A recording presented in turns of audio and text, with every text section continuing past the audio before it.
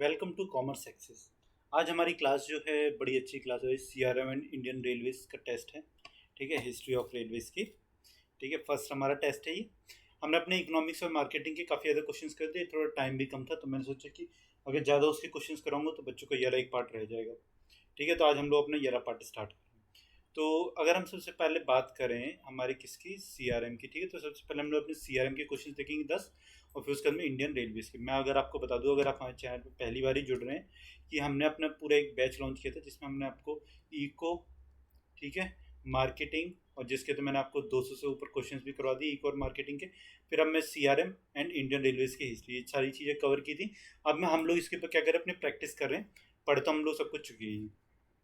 तो question number 1 हमारा आता है, सीआरएम के क्वेश्चंस हैं।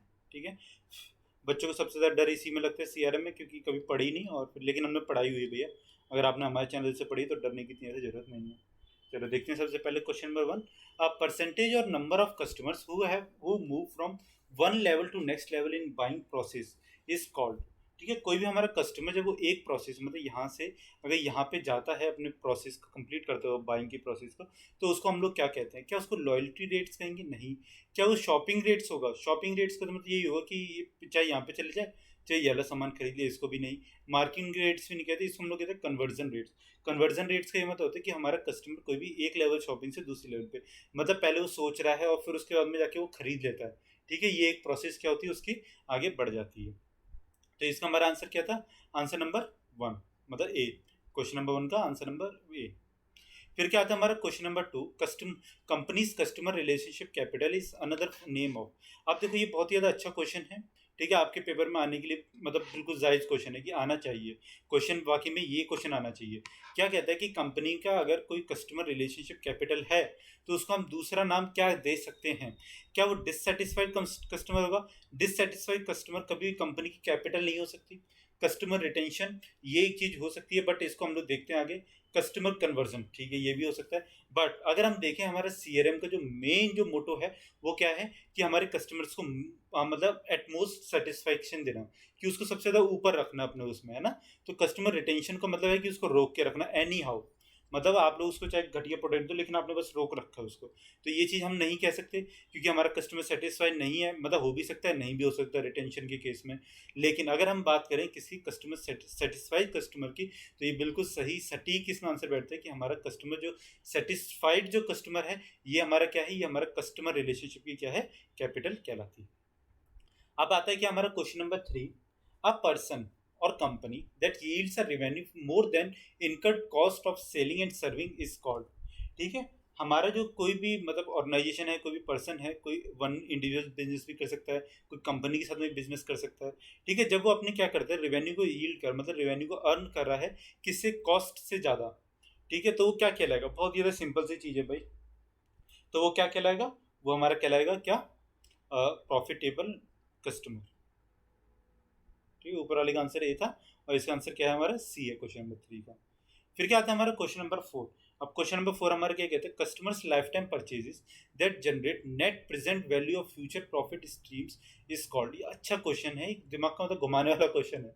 क्या कहता है, customer life time purchases that generate net present value of future profit streams is called. मतलब कि कस्टमर की जो हमारे है, हमने अपने कस्टमर को कैसे जोड़ रखा है, लाइफ टाइम जोड़ रखा है। ठीक है, और हमारा सब्जेक्ट क्या है, कस्टमर रिलेशनशिप मैनेजमेंट। ठीक है, सीआरएम है ना भाई। तो आप देखो, तो कस्टमर से रिलेटेड ही क्वेश्चंस आएंगे। तो क्या कहते हैं, कस्टमर परचेजेस वैल्यू। ठीक है, परचेजेस वैल्यू उसकी एक मतलब कि कहीं हम प्रेजेंट की बात करता है। जब हम अपने फ्यूचर प्रॉफिट स्ट्रीम्स की बात करें तो हमको एक फ्यूचर की ओरिएंटेड चीज देखनी पड़ेगी, है ना। अगर हमको पेपर में नहीं आ रहा क्वेश्चन, तो कस्टमर कॉस्ट इनकर्ड ये तो छोड़ ही दो, कस्टमर रिलेशनशिप ये चीज हो सकती है। बट अगर हम देखें लाइफ टाइम वैल्यू, कस्टमर की लाइफ टाइम वैल्यू हमारी फ्यूचर ओरिएंटेड है कि नहीं है ना। ये हमारी फ्यूचर ओरिएंटेड है ना क्या, कस्टमर की लाइफ टाइम वैल्यू। तो इसका आंसर क्या हो गया हमारा, ए। ठीक है, क्वेश्चन नंबर 4 का आंसर ए। फिर अगर हम चलें क्वेश्चन नंबर 5 में, टोटल कस्टमर बेनिफिट्स इंक्लूड्स। अब भैया ये मुझे आपको बताने की जरूरत नहीं है, क्योंकि ये चीज आपको आनी चाहिए ही चाहिए। प्रोडक्ट का बेनिफिट, बिल्कुल सही बात। सर्विसेज का बेनिफिट, बिल्कुल सही बात। और जब वो अपने साथ में कोई भी आपका प्रोडक्ट लेके चले तो उसकी एक इमेज बने, मतलब कैसे, अगर आप आईफोन लेके घूम रहे हो मार्केट में, ठीक है, एप्पल का थोड़ा साइन बनाते हैं, कैसे, यहाँ से ऐसा, ठीक है चलो कोई बात नहीं, ड्राइंग पे मत जाओ, मेरी ड्राइंग अच्छी नहीं है। तो अगर आप एप्पल का आईफोन पकड़ के घूम रहे हो मार्केट में, तो आपकी कस्टमर की इमेज कैसी बनेगी? वो कहेगा अरे यार देखो एप्पल का आईफोन लेके घूम रहा है, मतलब एप्पल का ही आईफोन होता है ना, तो आईफोन लेके घूम रहा है, देखो भाई कितना बड़ा कितना अमीर आदमी है। ठीक है, तो इससे क्या होता है हमारे ऑल ऑफ द अबव, कि मतलब कस्टमर के अंदर इमेज भी बनती है उसकी सोसाइटी में, सर्विस बेनिफिट भी चाहिए उसे, और प्रोडक्ट बेनिफिट चाहिए ही चाहिए। फिर हमारा क्या आता है question number 6, first step in analysis of a customer value is to. First step हर एक चीज़ का क्या होता है, मैं आपको ये चीज़ बता चुका हूँ जब हमने अपनी प्रोसेस पढ़ी थी, कि फर्स्ट स्टेप हमेशा हम लोग कैसे देखेंगे। चलो स्टार्टिंग से स्टार्ट करते हैं। तो 1 मिनट। तो देखो असेसिंग कॉम्पिटिटर्स परफॉर्मेंस, हम अपने कॉम्पिटिटर की परफॉर्मेंस को क्या करें, एवल्यूट करें। अरे इससे कस्टमर का क्या लेने देना मेरे, हाँ मेरा कॉम्पिटिटर चाहे कुछ भी प्रोडक्ट बना भैया, मैं यहाँ पे बना रहा हूँ वो यहाँ पे बना रहा है, अब वो जो प्रोडक्ट अपना बना रहा है, मेरा कस्टमर ये है, ठीक है, दोनों लोगों के पास में इक्वल अपॉर्चुनिटीज है वहाँ तक पहुँचने की, पर ये जो बना रहा है इससे मुझे क्या लेना देना, तो इसको तो मैं काट ही देता हूँ। ठीक है, तो इसको हटाओ साइड में। असेसिंग कंपनीज परफॉर्मेंस, ठीक है, ये चीज़ हो सकती है, कंपनी की परफॉर्मेंस को हम लोग देखें। असेसिंग एट्रीब्यूट इंपॉर्टेंस, ठीक है, इसको भी देख सकते हैं। But identify customers value attributes, वाह भाई वाह, ए आ गया, मतलब कि छोड़ दो सब कुछ, कुछ नहीं देखना अब हमें, नीचे वाले तो एवल्यूट करने की जरूरत नहीं है। जब हम अपने कस्टमर की वैल्यूज को ही एट्रीब्यूट आइडेंटिफाई करेंगे, वही क्या है हमारा एनालिसिस का फर्स्ट स्टेप होगा, मतलब कि हम सबसे पहले अपने कस्टमर की वैल्यूज को देखेंगे, भैया इसको चाहिए क्या एक्चुअली में मार्केट में हमारे। ठीक है, फिर हम लोग क्या करेंगे, ऐसे एट्रीब्यूट्स इंपॉर्टेंस करेंगे। ठीक है, फिर उसके अंदर कंपनी की परफॉर्मेंस को देखेंगे, और फिर नहीं, फिर हम लोग अपने कॉम्पिटिटर की परफॉर्मेंस को देखेंगे, और फिर कंपनी की परफॉर्मेंस को देखेंगे, और फिर उसके अंदर उसके ऊपर काम करेंगे। ठीक है, फिर हमारा क्या था क्वेश्चन नंबर 7। अब क्वेश्चन नंबर 7 हमारा क्या है, फिलिंग द ब्लैंक्स है। अच्छा क्वेश्चन है, बट ये क्वेश्चन ऐसा क्वेश्चन है जो आपको आता होगा तभी कर पाओगे, क्योंकि स्टैटिक टाइप का ही है। क्या कहता है, according to filling the blanks, according to filling the blanks, CRM is an interactive interactive process that turns customer information into positive customer relationship. ठीक है, ये चीज़ कही किसने कही थी, तो ये चीज़ अगर हमारी कही थी तो ये थे हमारे रोनाल्ड एस स्विफ्ट। ठीक है, इन्होंने ये चीज़ कही थी, या पूरा मुहावरा मतलब जो है ये दिया था, तो इसको अच्छे से ये पढ़ लेना, याद कर लेना, कोई बात नहीं, पेपर में आ सकता है। अब क्या था हमारा क्वेश्चन नंबर 8। अच्छा क्वेश्चन है, क्या कहता है, which of the following options include relationship management with external stakeholders. ठीक है, स्टेक होल्डर्स क्या होते हैं हमारे, स्टेक होल्डर्स अगर हम बात करें तो स्टेक होल्डर्स का मीनिंग होता है ऐसा कोई भी पर्सन जिसका हमें क्या हो, इंटरेस्ट हो। ठीक है भैया वो वाला इंटरेस्ट मत समझना आप लोग, ठीक है, गंदी बात तो नहीं, अच्छी बात है। इंटरेस्ट का मतलब कि आप लोगों का इंटरेस्ट है, मतलब कि जैसे आपका पढ़ाई में इंटरेस्ट है, ठीक है, तो आप लोग स्टेक होल्डर्स हैं। कैसे, आप लोग मेरे चैनल को सब्सक्राइब करते हैं, हमारी वीडियोस को देखते हैं। मैं आपको एक और बात बता दूं, सब्सक्राइब जरूर करना भाई वीडियो को और चैनल को, ठीक है, वीडियो को लाइक जरूर करो, और कोई भी अगर डाउट है तो नीचे कमेंट में पूछे, तो मैं आपको उसका आंसर दूंगा। तो हमारे स्टेक होल्डर्स क्या होते हैं, जिस किसी का भी इंटरेस्ट क्या करता है, आप चीज में लाइक करेगा, तो हमारे स्टेक होल्डर्स होते हैं। अब क्या कहता है, which of the following options includes relationship management with external stakeholders in the value chain. हमारे जो स्टेक होल्डर्स हैं एक्सटर्नल, जैसे हमारे एक्सटर्नल स्टेक होल्डर्स क्या हो गए वैल्यू चेन में, हमारे कस्टमर्स हो गए, हाँ, हमारी गवर्नमेंट भी हो सकती है कहीं ना कहीं। ठीक है, तो इन सबको हमारे कौन सी चीज़ इनमें से क्या करती है, इंक्लूड करती है रिलेशनशिप मैनेजमेंट में। ठीक है, तो हमको ये चीज़ देखनी है अपनी। तो देखो एनालिटिकल सीआरएम नहीं होता ये चीज़ हमारी ई सीआरएम मतलब इलेक्ट्रॉनिक भी नहीं होती, हमारी होती है कोलैबोरेटिव सीआरएम। ठीक है, इसको हम लोग कोलैबोरेटिव सीआरएम कहते हैं। ये जो चीज़ है इसकी मतलब डेफिनेशन दे रखी है ऊपर कोलैबोरेटिव सीआरएम। अगर वैसे ही क्वेश्चन ऐसा है कि अगर आपको आता हो तो आप कर लोगे, नहीं तो फिर भैया छोड़ना ही पड़ेगा, लेकिन यहाँ से पढ़ के जाओगे तो सब कुछ कर लोगे पेपर में। ठीक है, कुछ नहीं छोड़ के आओगे। क्वेश्चन नंबर 9 का हमारा कहता है, आर द, ठीक है, are important to develop and evaluate the results of marketing intersection. इनमें से हमारे कौन से इंपॉर्टेंट है किसके लिए, डेवलप एंड एवल्यूट करने के लिए, क्या मार्केटिंग इंटरेक्शंस के रिजल्ट्स। तो देखो इसका हमारा आंसर क्या होगा, कैंपेन मैनेजमेंट टूल्स। ठीक है, कैंपेन मैनेजमेंट टूल्स का क्या मतलब होता है कि आप लोग जैसे मान लो कि आपने अपने क्या किया, कस्टमर को रिटेन करने के लिए या फिर उसको अट्रैक्ट करने के लिए अपने कुछ भी टूल्स वगैरह लगाए। ठीक है, तो हम लोग ये चीज़ अपनी देखेंगे कि भैया किस तरीके से लगाए हैं, क्या किया है। तो ये बहुत बड़ा टॉपिक हो जाता है, मैंने आपको पढ़ाया हुआ है सीआरएम में। ठीक है, 3 क्लासेस पढ़ी हुई हैं, तीनों के तीनों देख लो, आपको सब कुछ आ जाएगा उसमें से। तो इसका भी आंसर नंबर ए है। क्या मुझे ऐसे नहीं लग रहा कि हमारे आंसर नंबर ए कुछ ज़्यादा ही हो गए इसमें, है ना चलो कोई बात नहीं भाई, क्या पता आपके पेपर में ऐसा हो जाए आंसर नंबर ए सबसे ज़्यादा मिले, और फिर आप लोग कहो यार कहीं ऐसा तो नहीं मैं सारे गलत कर दे रहा हूँ। भाई मेरे साथ में तो देखो, जब मैं एग्ज़ाम देने के लिए जाता था ना, अब तो मैंने छोड़ ही दी काफ़ी, मतलब अब मैं एग्ज़ाम देता भी नहीं। तो क्या होता था कि हमारे टाइम पे कि जैसे मैंने लगाया ए, ठीक है, और फिर नीचे फिर से ए आ गया, फिर से ए आ गया, तो मेरे मन में एक डाउट सा आ जाता था कहीं यार ऐसा तो नहीं कि मेरे ही सारे के सारे गलत हो रहे हैं, मतलब ए ये लगे जा रहे हैं एकदम से लाइन में, और अगर कहीं 5 ए लग गए फिर तो मुझे 100% हो जाता था कि अब तो मेरे गलत हो ही गए।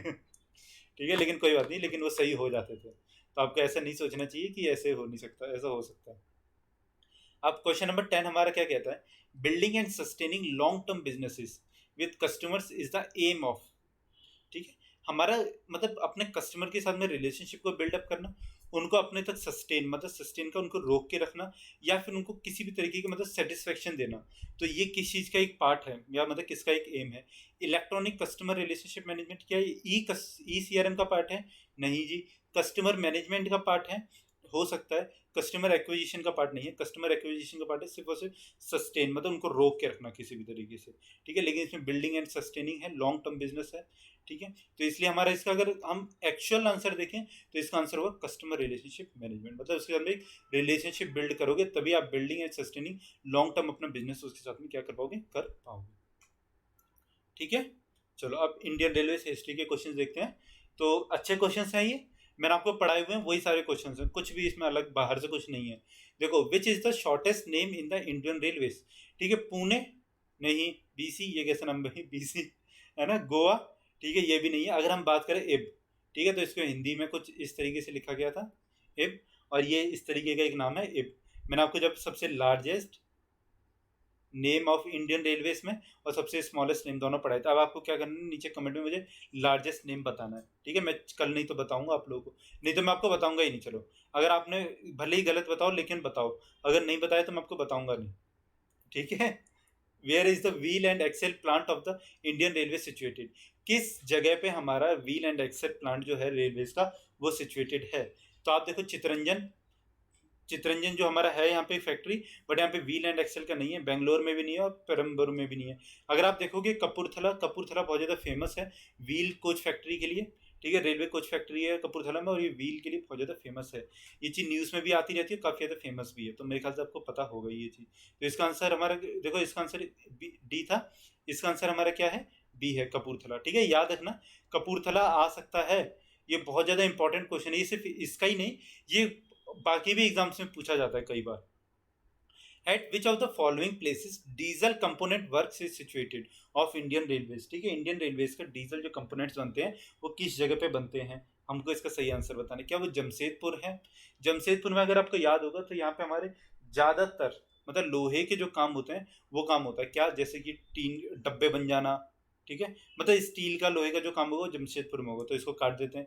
पेरमपुर और वाराणसी में नहीं होता, वाराणसी किस लिए फेमस है, अपनी डीजल कोच फैक्ट्री के लिए, मतलब यहाँ पे डीजल के जो इंजन होते हैं ना वो बनाए जाते हैं वाराणसी में, ठीक है, तो वाराणसी को भी काट देते हैं। पेरम्बूर में भी नहीं, इसका जो करेक्ट आंसर होगा वो हमारा पटियाला होगा। अब क्या आता है, railway college is situated at which place, ठीक है, इनमें से किस जगह पे रेलवे के जो कॉलेज है वो सिचुएटेड है। अच्छा क्वेश्चन है, लखनऊ में है क्या, क्या वो अहमदाबाद में है, क्या वो दिल्ली में है। अगर हम एकदम सही आंसर चूज करना चाहेंगे तो वडोदरा में होगा। ये क्वेश्चन ऐसा है कि अगर आपको आता होगा तो आता होगा, नहीं तो छोड़ के आ जाओ भाई, ठीक है। देखो, नेगेटिव नंबर का बहुत ज़्यादा स्कोप होता है यार, नेगेटिव नंबर से मुझे बड़ा डर लगता था हमेशा से, अभी भी लगता ही है अगर पेपर देने जाऊंगा तो। The passenger bogies of the Indian railways are manufactured at which of the following places, इनमें से कौन सी जगह पे हमारी पैसेंजर जो बोगीज हैं वो क्या होती है, मैन्युफैक्चर होती हैं, ठीक है। ये मैंने आपको क्वेश्चन करवाया हुआ था, तो ये जो जगह है हमारी पेरम्बोर है, ठीक है, पेरम्बोर है। बेंगलोर में देखो एक चीज़ थी, मैं आपको नीचे आपको कमेंट में बताना कि बेंगलोर में वो कौन सी चीज़ थी जो हमने पढ़ी थी हमारे इंडियन रेलवेज में कि ये चीज़ वहाँ पे बनती है, ठीक है। कपूरथला में भी हमने ऊपर पढ़ा था, चितरंजन उसमें पढ़ा था कोच फैक्ट्री में क्या क्या हमारे बनता है। कपूरथला में क्या पढ़ा था अभी ऊपर, याद है, ये रहा हमारा wheel and axle family, oh sorry, wheel and axle उसके पार्ट जो बनते हैं रेल के, ठीक है। Which train in India has the longest route length, अच्छा क्वेश्चन है, पढ़ाया हुआ क्वेश्चन है, बताओ क्या वो बेंगलोर गुवाहाटी एक्सप्रेस है? नहीं जी। क्या वो कन्याकुमारी एक्सप्रेस है? सर कन्याकुमारी उसमें कुछ नाम तो आया था, नहीं ये भी नहीं है। क्या उसका नाम इंद्रानी एक्सप्रेस है? नहीं, उसका नाम है भैया विवेक एक्सप्रेस। ये हमारी डिब्रूगढ़, डिब्रूगढ़ कहाँ पे, असम में, वहां से चलती है और नीचे तिरुवनकोर में आती है, ठीक है। तो इसका रूट सबसे ज़्यादा मतलब यहाँ पे नॉर्थ ईस्ट से लेके पूरा नीचे अपने साउथ के जो साउथ है जो सदर्स जो पॉइंट है वहां तक चल के आती है, ठीक है। तो ये सबसे ज़्यादा लॉन्गेस्ट रूट अपना डिलीवर करती है, कौन सी, हमारी विवेक एक्सप्रेस, इस नाम को याद रखना। When was the first underground railway metro railway started? किस साल में फर्स्ट इंडिया में मतलब कोई भी रेलवे किसी भी टाइप की अंडरग्राउंड रेलवे स्टार्ट की गई थी? तो इसका जो करेक्ट आंसर है हमारा 1984 है। अगर मैं बात करूँ ये कौन सी थी, तो ये हमारी कोलकाता जो रेलवे है, ठीक है, वो थी। कोलकाता रेलवे जो है वो इंडिया की फर्स्ट मेट्रो ट्रेन भी है। अगर हम बात करें किसकी, हमारे फर्स्ट जो मतलब रेलवे अगर कहीं पे मेट्रो ट्रेन चलाई गई तो वो कहाँ पे चलाई गई थी? कोलकाता में चलाई गई थी, ठीक है। और ये कौन से ईयर में चलाई गई थी? 1984 में। तो फर्स्ट मेट्रो भी कोलकाता में स्टार्ट हुई थी, और 1984 में अगर आपसे पूछता है कि कहाँ पे अंडरग्राउंड रेलवे स्टार्ट हुई थी, तो वो भी हमारे कहाँ पे होगी? कोलकाता ही होगा उसका answer. First Indian train was started from, ठीक है, किस जगह से किस जगह तक हमारी फर्स्ट इंडियन ट्रेन स्टार्ट की गई थी? लखनऊ टू इलाहाबाद? नहीं जी। पुणे टू थाने? थाने टू पुणे? नहीं जी। मुंबई टू थाने, ठीक है, मुंबई टू थाने। और ये कौन से ईयर में स्टार्ट की गई थी, बताओ मुझे जल्दी से, ठीक है, नीचे कमेंट करके जरूर बताना। मुंबई टू सूरत? फिर तो करेक्ट मतलब करेक्ट होता ही नहीं। In which year the Indian railway, IR को हम लोग इंडियन रेलवे अपना बोलते हैं, वॉज नेशनलाइज? ठीक है, किस साल में हमारी जो इंडियन रेलवे है उसको क्या किया गया? राष्ट्रीयकृत किया गया। तो राष्ट्रीयकृत देखो, नेशनलाइज होने का मतलब क्या है?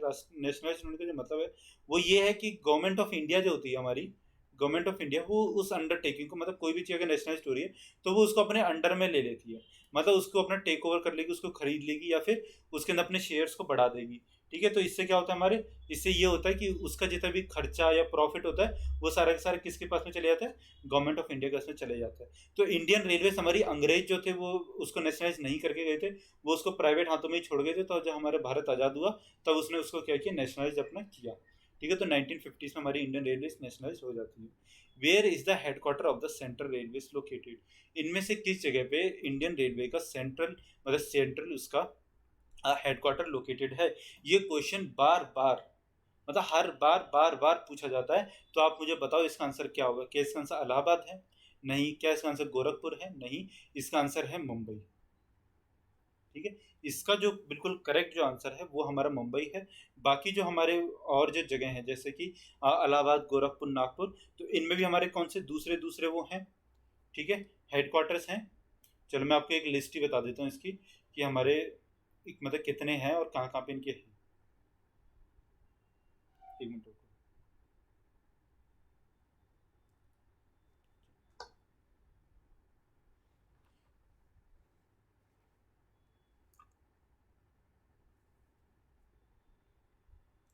एक लिस्ट बना देना यहाँ पे।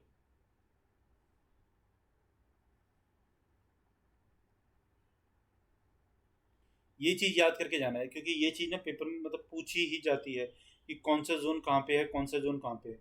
तो अगर सबसे पहले हम लोग बात करें तो हमने अपना सेंट्रल उसका तो पढ़ ही लिया, ठीक है। सेंट्रल का हमारा क्या है? सेंट्रल की अगर हम बात करें तो ये हमारा मुंबई होता है, ठीक है। याद रखना सेंट्रल का हमारा मुंबई हो गया। फिर अगर हम बात करें, अरे यार कट गया।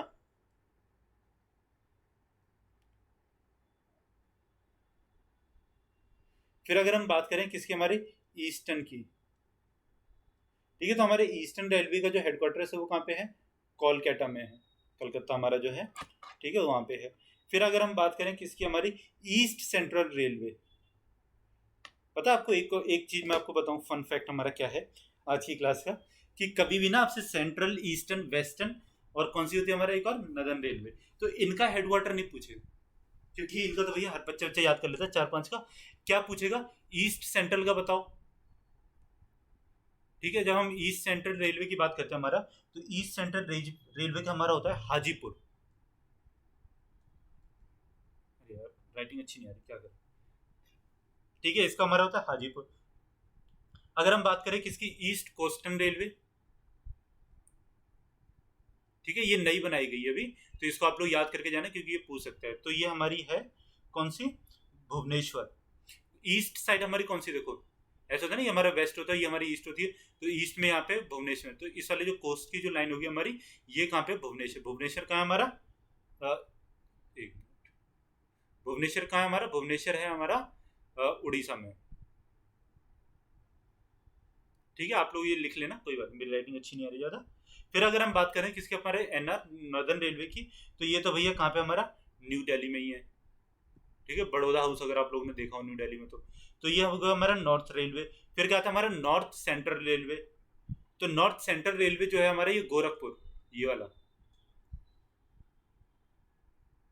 ठीक है, गोरखपुर में। अब मैं इसको मिटा देता हूँ, आप लोग इसको नोट डाउन कर लो सबको, बाकी और भी लिखने हैं ना, बहुत सारे हैं। ठीक है, सेंट्रल कहाँ था हमारा, मुंबई में था। ईस्टर्न कहाँ था हमारा, कोलकाता में था। बाकी इसी तरीके ईस्ट कोस्टर्न रेलवे याद रखना, क्योंकि अभी अभी बनाया गया है तो ये पूछने के चांसेस इसके बढ़ जाते हैं। ठीक है, दो अभी बनाए गए तो मैं अभी आपको एक और बताऊंगा। तो हमारा नॉर्थ सेंट्रल रेलवे इलाहाबाद में है। अगर हम बात करते हैं नॉर्थ सेंट्रल रेलवे, तो ये कहाँ है हमारा, ये हमारा इलाहाबाद में है। ठीक है, फिर हमारा कौन सा आता है, अच्छा हमारा नॉर्थ ईस्टर्न रेलवे तक हो गया था। ठीक है, अब क्या आता है हमारा नॉर्थ नॉर्थ फ्रंटियर। ठीक है, नॉर्थ फ्रंटियर आपको याद करके रखना है ये चीज, नॉर्थ फ्रंटियर। तो ये हमारा गुवाहाटी में है। ठीक है, गुवाहाटी में है क्या हमारा, नॉर्थ फ्रंटियर। कंफ्यूज नहीं होना, ईस्टर्न रेलवे हमारा किस में आता था, कोलकाता में आता था। ठीक है, बाकी हमारा नॉर्थ फ्रंटियर किस में आता है, इसमें गुवाहाटी में। ठीक है, अब क्या आता है हमारा नॉर्थ वेस्टर्न रेलवे। तो हमारा जो नॉर्थ वेस्टर्न रेलवे है ये हमारे जयपुर में है, इसका हेडक्वार्टर।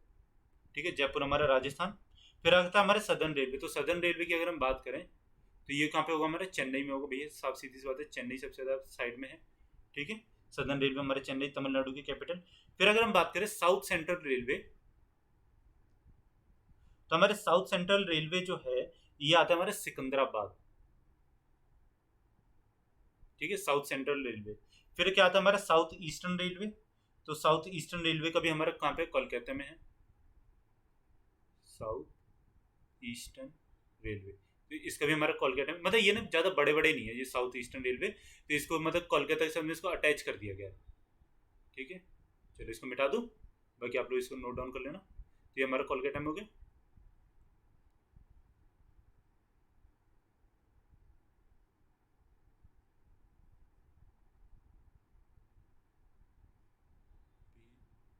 चलो आगे वाला लिखें। आगे हमारा आता है फिर साउथ ईस्ट सेंट्रल रेलवे। भैया इतने सारे हैं तभी तो बच्चे कंफ्यूज हो जाते हैं। साउथ ईस्ट सेंट्रल रेलवे, अगर मैं होता ना पर्सनली तो मैं होता आपको, मैं ही छोड़ के चले जाता बट आप लोग छोड़ के मत जाना, एक एक नंबर बहुत कीमती है। ठीक है, फिर हमारा क्या था, south western railway. South western railway तो ये हमारा हुबली में आ जाता है। ठीक है, फिर आता है क्या हमारा वेस्टर्न रेलवे। तो वेस्टर्न रेलवे जो है हमारा ये चर्च गेट। ठीक है, चर्च गेट रेलवे स्टेशन का नाम होगा। और अब आता है हमारा west central railway. West central railway का जो जोन है ये हमारा कहाँ पे पड़ता है, ये हमारा पड़ता है जबलपुर में। ठीक है, हो गया क्लियर। अब देखो इसमें आपको मैं एक और चीज बता दूं कि अब हमारा जो सबसे बड़ा जो वो है, मतलब जिसमें सबसे ज्यादा वो आती है हमारी लाइंस आती हैं, तो वो होता है हमारा कौन सा, नदन रेलवे। ठीक है, याद रखना नदन रेलवे का हमारा हेडक्वार्टर कहाँ पे था, दिल्ली में। ठीक है, बड़ौदा हाउस। तो इसमें हमारी सबसे ज़्यादा जो है इसकी डिवीजन्स आती हैं। और अगर हम बात करें सबसे छोटे की, तो सबसे छोटा जो आता है इसमें मतलब 6 डिवीजन है टोटल। ठीक है, इस चीज़ को याद रखना। और अगर हम बात करें सबसे छोटे की, तो हमारे सबसे छोटा जो है ये है हमारा साउथ वेस्टर्न रेलवे, जो कि हमारा हुबली में था। ठीक है, चलो अपनी वीडियो को यहीं पे खत्म करें आज। चलो ये एक एक्स्ट्रा नॉलेज हो गया आप लोगों के लिए। बाकी ये सब पढ़ के जाना बहुत ज़्यादा जरूरी होता है हमारे रेलवे के जोन। ये मत सोचना बिल्कुल भी कि छोड़ के चले जाओ सर ने कह दिया, भाई मैं आपसे कह रहा हूँ आप सब कुछ पढ़ के जाओ। ठीक है, चलो अपनी वीडियो को यहीं पे खत्म करते हैं। ठीक है, कल मिलते हैं अपनी नेक्स्ट वीडियो के साथ में। अभी हम लोग अपने किसके, सीआरएम और फिर इंडियन रेलवे के ही क्वेश्चंस को करेंगे। ठीक है, इसको आगे कैरी फॉरवर्ड करेंगे अपने। बाकी हम लोग कल मिलते हैं अपने नेक्स्ट वीडियो के साथ में। बाकी thank you so much for watching this video. उससे पहले सुनो सुनो सुनो, रुको भाई, चैनल को सब्सक्राइब कर दो। अगर वीडियो को अभी चैनल को सब्सक्राइब नहीं किया है, वीडियो को लाइक कर दो, दूसरे चीज़ों शेयर कर दो, बता दो कॉमर्स एक्सेस आप लोगों को पूरा का पूरा इकोनॉमिक्स, मार्केटिंग, सीआरएम, हाँ रेलवे की हिस्ट्री सब कुछ पढ़ा रहा है और इससे बाहर कुछ नहीं आने वाला। ठीक है चलो भाई, वो तो पेपर सेट करने वाला जानता है कि पेपर में क्या आने वाला है। ये तो सब चैनल वाले बोलते हैं कि इससे बाहर कुछ नहीं आएगा। बट मैं आपको एक चीज़ गारंटी देता हूँ कि अगर आप पढ़ के जाते हो अच्छे से ना, तो आपको मतलब कि 90% तक पेपर आने के चांसेस हैं इसमें से। ठीक है, 10% में बोल सकता हूँ कि कुछ ना कुछ बाहर से चीज़ें आ सकती हैं, क्योंकि हम लोग एग्जामिनर तो है नहीं, है ना। ठीक है, चलो कल मिलते हैं अपनी नेक्स्ट वीडियो में। Thank you so much for watching this video.